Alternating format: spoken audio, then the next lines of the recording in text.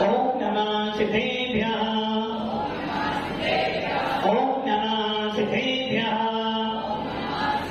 यदर्चा भावेन प्रमुदितमनादरे तुर्यः छनाता सिद्ध स्वर्गे गणगण समध्या सतनिधि लवन्ते सद्भक्त्या सेवसुत समाजं किमुतता महाधीर स्वामी, महावीर स्वामी, महावीर स्वामी।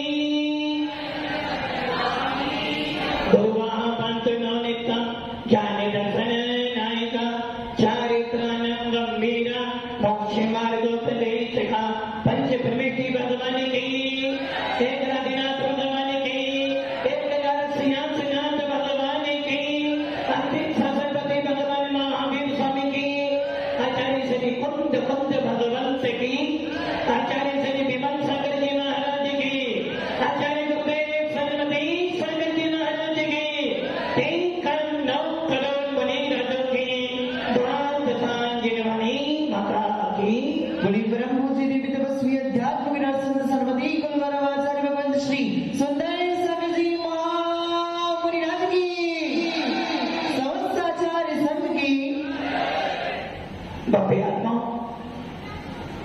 भगवान महावीर के शासन में हम सब विराजमान हैं।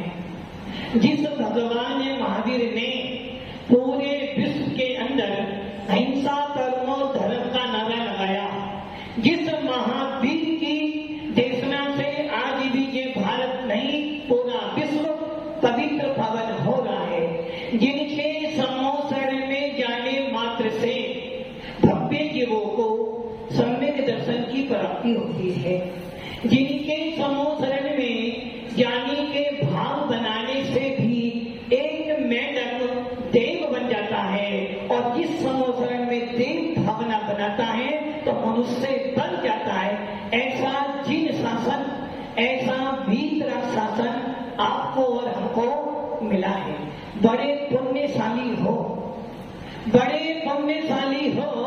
इस अष्टालिका महापर्व में आप सिद्धों की आराधना कर रहे हो, और आपकी इस आराधना को देखकर, आपकी इस आराधना को देखकर स्वर्ग के देव भी कह रहे हैं धन्य है ये मनुष्य जो नंदीश्वर दीप नहीं जा सकता है, किंतु फिर भी यहाँ बैठकर उन सिद्धों की आराधना कर रहा है।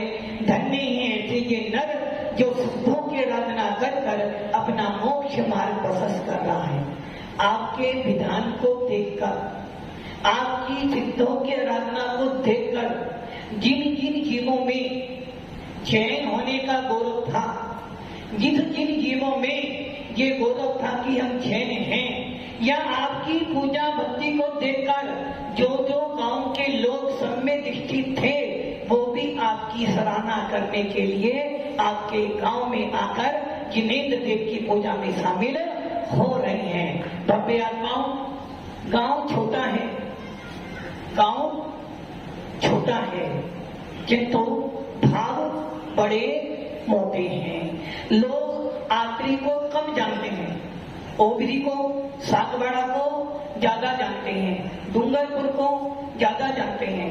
यदि इस आत्री के अंदर मंदिर न होता तो शायद साधु संत न आते, और आपने जो मंदिर बनाया है प्राचीन मंदिर है, और इस मंदिर में पूजा करने वाला व्यक्ति भगवान श्रीयांशनाथ की पूजा भक्ति कर कर श्रीयांशनाथ जैसा बनने का पुरुषार्थ कर सकता है।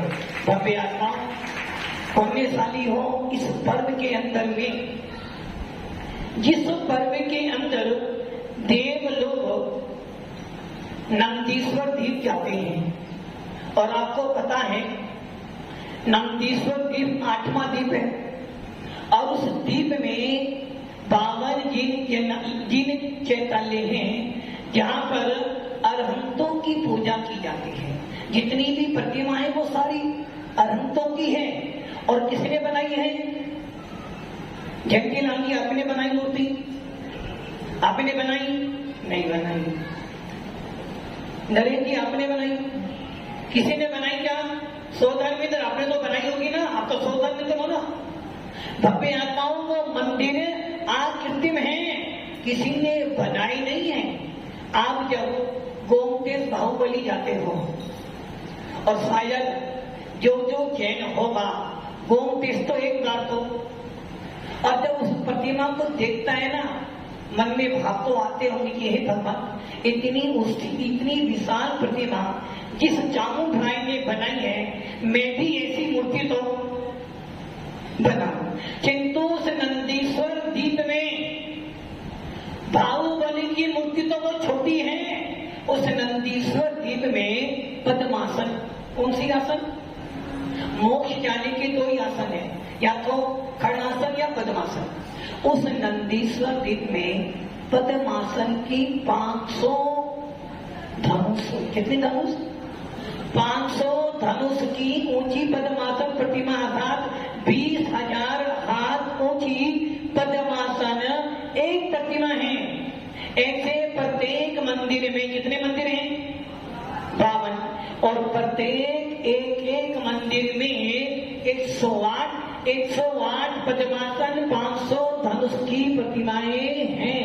अब आप सोचो, यदि आप बाहुबली के दर्शन करते हो तो लगता है कहीं ना कहीं जिन शासन की आज भी छवि दिखाई देती है।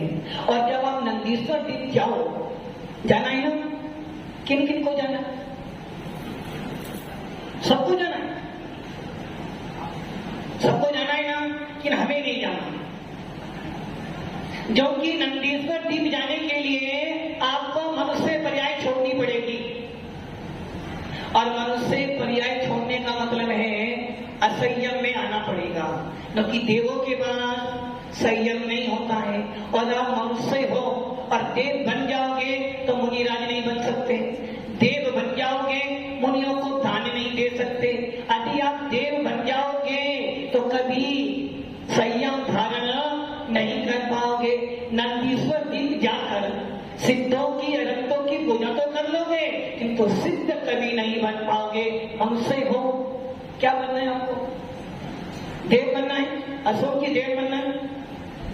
बोलो महाराज, एक देव पाषाण को भगवान बना सकता है, एक देव तीर्थंकर को मोक्ष पूजा सकता है, किंतु तीर्थंकर नहीं बन सकता। हम मनुष्य हैं, हमें देव नहीं बनना, हमें तो सिद्धत्व की प्राप्ति करने के लिए ये जैन पुण्य मिला है। और भव्य आत्माओं, बहुत पुण्य कर आए हो, क्योंकि ये जैन कुल सामान्य व्यक्तियों को नहीं मिलता। जो जीव अपने जीवन में सम्यक दर्शन की आराधना करते हैं, जो जीव संयम का पालन करते हैं, शुभ परिणाम बनाते हैं, देव शास्त्र गुरु के प्रति अटूट श्रद्धा रखते हैं, वो ही जैन कुल में पैदा होते हैं। सौभाग्य है आपका जो आपको सच्चा वीतरागी धर्म मिला है, जिस धर्म में आप अनंत भगवान की, कौन से भगवान की, कैसा भगवान है आपका? सर्वज्ञ, वीतरागी, हितोपदेशी।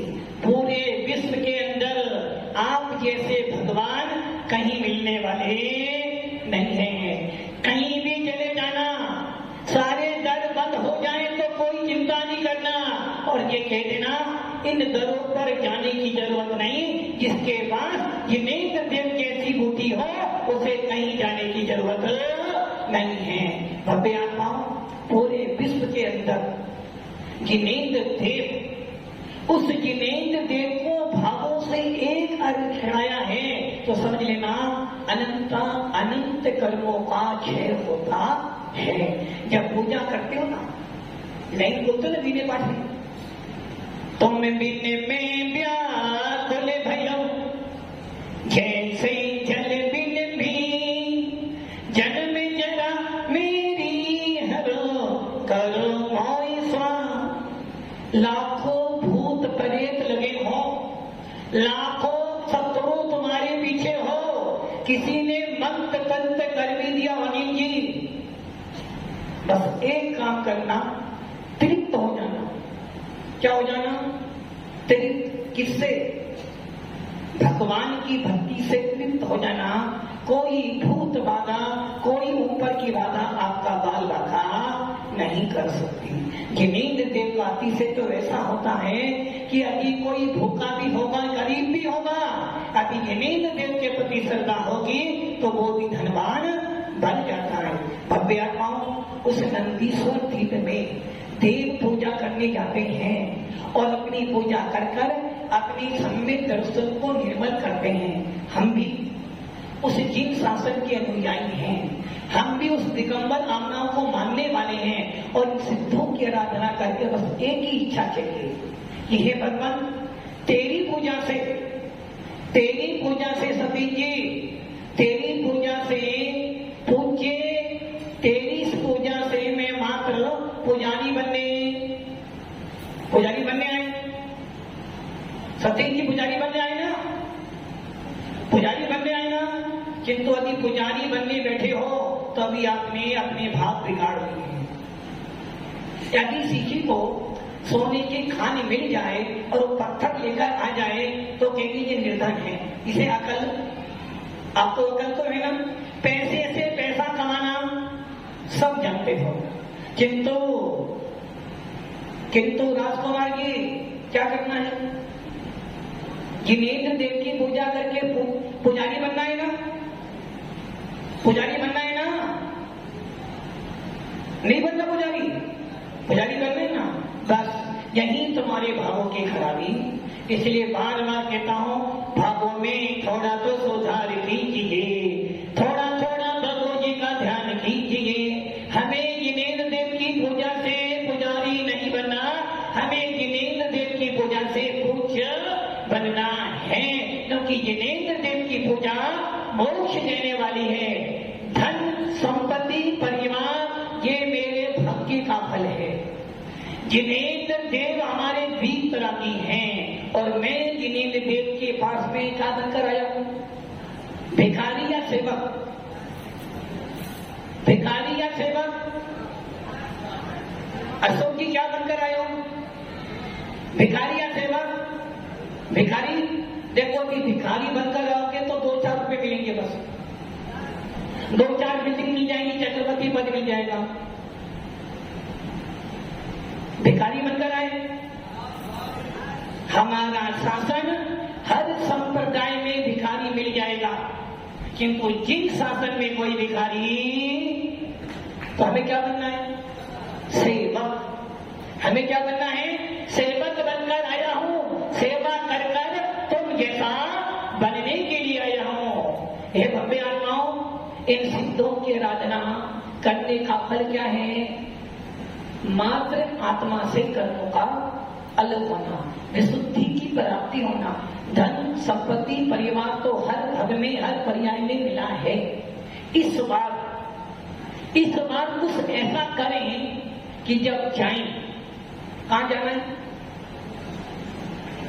कहां जाना है? तृप्ति जी कहते हैं मोक्ष जाना है। पहले अनिल को छोड़ोगे तो मोक्ष मिल जाएगा। कहां जाना है? किसी को सांगवाड़ा जाना है, किसी को डूंगरपुर जाना है, किसी को कोटा जाना है और किसी को आखिरी में जाना है। जयंतीलाल जी कहां जाना है? ऊपर जाने की इच्छा है नहीं और नीचे जाने के भाव नहीं है, तो कहां जाना है? महाराज जी आखिरी में ही। भव्य आत्माओं, इन सिद्धों की आराधना का फल मात्र एक है कि जो मेरे अंदर परमात्मा बैठा है, जो मेरे अंदर शुद्ध आत्मा बैठी है, उसको मैं शुद्ध कर कर सिद्ध अवस्था को प्राप्त कर लूं। भव्य आत्माओं, आपकी इन सिद्धों की आराधना वास्तव में जिन जीवों ने भाव लगाए हैं, हमारे श्रीमान जी बड़ी सोच में बैठे हैं कि महाराज जी ने बोला था, कोड हुआ था श्रीपाद को, मैना इंतजार कर रही है, मैना इंतजार कर रही है कि आज मेरा विवाह है। और पिता ने बेटी से कहा था, बेटी तेरे भाग का तू खाती है ना, अब देखता हूं तेरा भाग कैसा चलता है।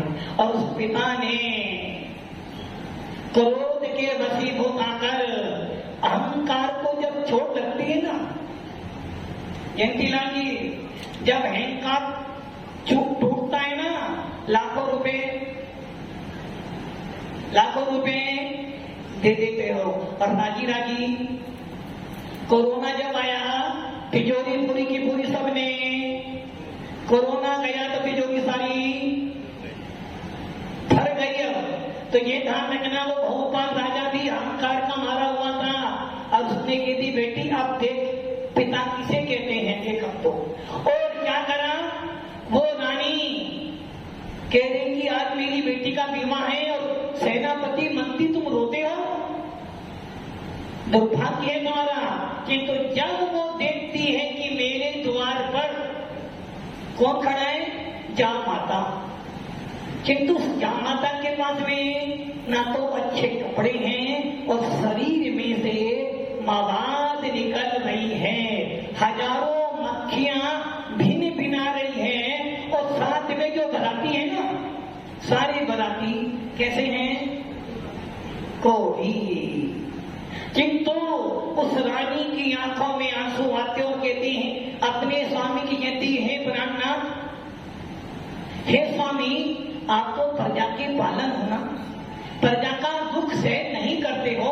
इस बेटी को तुमने गोद में खिलाया, अपने हाथों से खिलाया, किसके रोने पे तुम रोते थे और किसके हंसने पर तुम हंसते थे, आज उसको तुम ऐसा कर दे रहे हो। रानी मेरे भाग्य में जो था मैंने कर दिया, अब इसके भाग्य में जो होगा वो ही लिखा है, मैं क्या करूं। मैना से मैंने पहले बोला था बेटी मेरी बात मान जा, अपना वर स्वीकार कर ले। अब वो नहीं मानी, मुझे चुनौती दे रही है, पिता को चुनौती देती तो मैं मान जाता, किंतु राजा को चुनौती देगी तो राजा को हारने वाला, क्योंकि राजा क्षत्रिय होते हैं। क्या कहते हैं, रघुवर रीत सदा चली आई प्राण जाए पर। इसलिए रानी अब तो यही होगा। रानी पैरों में गिर जाती कि हे स्वामीनाथ बालक है वो, उसे क्षमा कर दो, क्या आप इसको दुखी देखकर सुखी हो जाओगे। राजा कहता रानी अब तो मान का काम है, अब तो मुझे देखना है, यदि इसका भाग्य अच्छा होगा तो कोड़ीपति इसका काम दे हो जाए, जब मैं मानूंगा जीत शासन उस है। और आप प्रतिदिन पढ़ते हो ना, श्री सिद्धि चंद्र का पाठ करो जिन्हें रात ठाट से प्राणी, कितने फल पाया और आपने क्या फल पाया। मैना ने अपने भावों से कोड़ दूर किया, कम से कम आप अपने भावों से अपने रोग तो दूर कर लो। और उस मैना सुंदरी को जब माँ कहती है बेटा ये जो कोड़ी है ना, जिसको खाने को भी नहीं और रहने को भी नहीं, तेरा पति बनने वाला है। मैना एक ही बात कहती है माता पिता ने जो दे दिया है वो मेरे लिए काम देव से कम। अभी ये बच्चियां जितनी बैठी हैं, यदि ऐसा पति तुमको पापा दे दे तो क्या होगा, शादी करोगे, शादी करोगे क्या। पापा हम ही लड़का, पापा मैं लड़का, और आप तो कुछ लोग पापा जी सीधा इंटरनेट पर ऑनलाइन सारे काम होते। उस मैना ने यही बोला था माता चिंता ना कर, मेरे भाग्य में जो लिखा है उसे तो स्त्रियां सन्नाट भी नहीं बदल सकते। तो ये राजा कौन होता है, पिता ने अपना काम किया है और बेटी अपना काम। और वो मैना जैसे ही वरमाला डालती है श्रीपाल के गले में, श्रीपाल गले में माला डालने से पहले कहता है मैना देख मैं कोड़ी हूं, ना राज्य है ना पाठ है, खाने को भी नहीं है, और ये ना सोचना कि मैं तेरे पापा से कुछ ले लूंगा, मेरे को कुछ नहीं चाहिए। सोच ले मेरे साथ रहेगी, दुखी रहेगी, राजकुमारी है, राजमहल में रहे। मैना कहती है भारतीय रानी, भारतीय रानी, रानी जो स्त्री जो होती है एक बार जिसको मन में बिठा लेती है उसके अलावा किसी को, यही बात है ना। फिर मोबाइलों पर कहना, मोबाइलों पर शादी तो दो करनी है, एक करनी है, दो, एक भी नहीं करनी। एक करनी है। भव्य आत्माओं, मैना कहती है भारतीय नारी जो होती है, एक बार जिसको स्वीकार कर लेती है उसको छोड़कर कहीं नहीं जाती। आप मेरे लिए पति देव बनकर पिता ने दिया है तो अभी मेरा पुण्य होगा तो आप ही कामदेव बन जाओगे। और वो माला डालकर जैसे ही फेरे होते हैं, 7वां फेरा होने वाला था, रानी फिर कहती है प्राणनाथ अभी भी समय है, अभी भी अनिल जी अभी भी समय है, स्वामी मान जाओ। रानी राजा मैं हूं ना, यदि तेरी बेटी है तो मेरी भी बेटी है ना, देखो वहां कितना इसका भाग काम करता है। और 7वां फेरा कैसे ही पूरा होता है, विदाई हो रही है, अब एक कोने में पिता भी बैठकर रोत हो रहा है। अब सोच रहा है हे मैना, मैंने तेरे साथ में बुरा किया, उस समय याद नहीं आया जिस समय उसने फेरे लिए थे, सब समझ रहे थे। किंतु जब अपना काल खराब होता है ना, जब अपना समय खराब होता है तो सामने वाला कितना भी समझा दे अकल। अब वो बहुपाल प्रजापति रो रहा है कि मैंने मैना के साथ में बहुत बुरा किया, और जैसे ही डोली में बिठाता है फूट फूट कर रोता है और कहता मैना मुझे क्षमा कर देना। मैना कहते पिताजी गलती आपकी नहीं है, मेरे भाग्य में जो लिखा है। फिर प्रजापाल कहता देख लिया रानी अभी भी अपने भाग को कोस रही है, अब जानते उसको जो होगा सो होगा। भव्य आत्माओं, अपने भाग्य को बदलने वाला मैं स्वयं हूं। जैसा पुरुषार्थ करोगे वैसा तुम्हारा भाग्य, आज का पुरुषार्थ कल का भाग्य बनेगा और कल का पुरुषार्थ तुम्हारे भविष्य को उज्जवल बनाएगा। हम सब भी इन जिनेन्द्र देव की पूजा भक्ति कर अपने सौभाग्य को उत्पन्न करें। ओम नमः सिद्धेश्वराय।